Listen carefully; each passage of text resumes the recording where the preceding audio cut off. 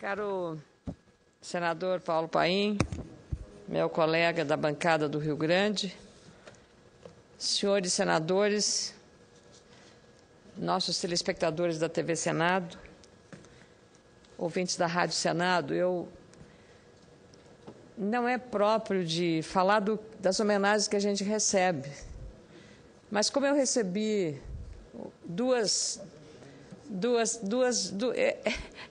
senador... Quero cumprimentar a Vossa Excelência, porque eu já falei também. Eu acho que não tem nada demais. Eu quero explicar porque eu queria explicar por que eu vou falar. Porque eu queria compartilhar esta honraria que eu recebi do Ministério do Exército, da Ordem do Mérito Militar, que eu recebi na sexta-feira, Dia do Exército Brasileiro, com os meus eleitores. Porque uma comenda dessa natureza, senador, ela tem a ver com o exercício do nosso mandato. E ela só existe em função do nosso trabalho. E o reconhecimento é uma espécie de pagamento que recebemos pela dedicação que temos aqui. Então, eu fiquei muito honrada e quero compartilhar não só a comenda da Ordem do Mérito Militar, que eu recebi na sexta-feira, mas também a medalha da Inconfidência, a grande medalha da Inconfidência, que eu recebi em Ouro Preto, neste domingo, numa cerimônia muito importante pelo simbolismo que aquela cidade de Ouro Preto tem. No centro da praça, senador Pedro Taques, aquela enorme obelisco encimado com Tiradentes. E na frente do Museu da Inconfidência, a minha alegria foi muito grande, e também com ela compartilho com os meus eleitores por ter recebido a medalha da Inconfidência, reconhecida nacionalmente.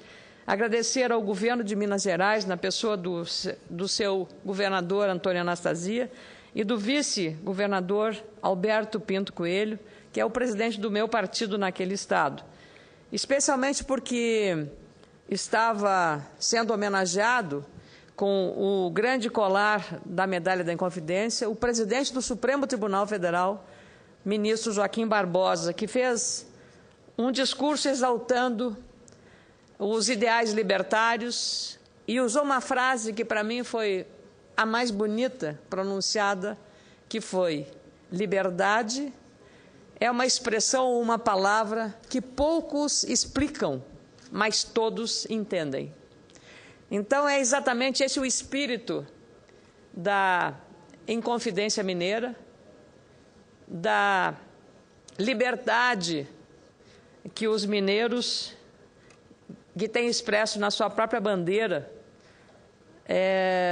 manifestam, e pela contribuição que deram os mineiros a escrever a história do Brasil, com o olhar, o esforço e até o sacrifício da morte em favor e em defesa da liberdade. Então, eu queria agradecer muito o recebimento dessas duas medalhas e compartilhar esta honraria, agradecer também ao nosso colega senador Aécio Neves, a honraria dessas duas distinções, porque eu compartilho com os eleitores.